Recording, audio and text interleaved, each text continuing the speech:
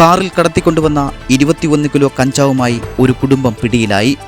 60 വയസ്സുള്ള സ്ത്രീയും മകളും മരുമകനും അടങ്ങുന്ന കുടുംബത്തെയാണ് സിറ്റി ഡാൻസ് ഓഫ് സംഘം പിടികൂടിയത്. കാറിൽ കടത്തിക്കൊണ്ടുവന്ന 21 കിലോ കഞ്ചാവ് നിറച്ച പാക്കറ്റുകളുമായിട്ടാണ് ഇവരെ കഴിഞ്ഞ ദിവസം രാത്രിയിൽ ഡാൻസ് ഓഫ് സംഘം പിടികൂടിയത്.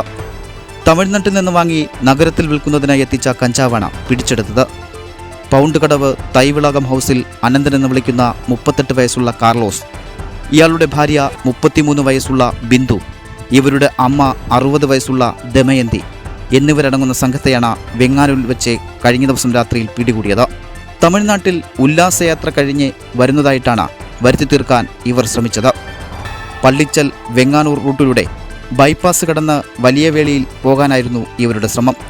ബിന്ദുവിനെ ഇതിനു മുമ്പും ഓട്ടോറിക്ഷയിൽ 4 കിലോ കഞ്ചാവ് കടത്താൻ ശ്രമിക്കവേ വെട്ടുകാട് ബാലൻ നഗറിൽ വെച്ച് പിടികൂടിയിരുന്നു. വലിയതുറ പോലീസിനെ കൈമാറുകയും ചെയ്തിരുന്നു. ഇത്തവണ കാറിന്റെ ഡിക്കിയിലായിരുന്നു കഞ്ചാവ് ഒളിപ്പിച്ചു വച്ചിരുന്നത്. ഡാൻസ് ഓഫ് സംഘത്തിന് ലഭിച്ച രഹസ്യ വിവരത്തെ തുടർന്നാണ് ഇവർ വാഹനം തടഞ്ഞു നിർത്തി പരിശോധന നടത്തിയത്. തുടർന്ന് വിഴിഞ്ഞം പോലീസിനെ കൈമാറുകയായിരുന്നു. GTV ന്യൂസ്, വിഴിഞ്ഞം.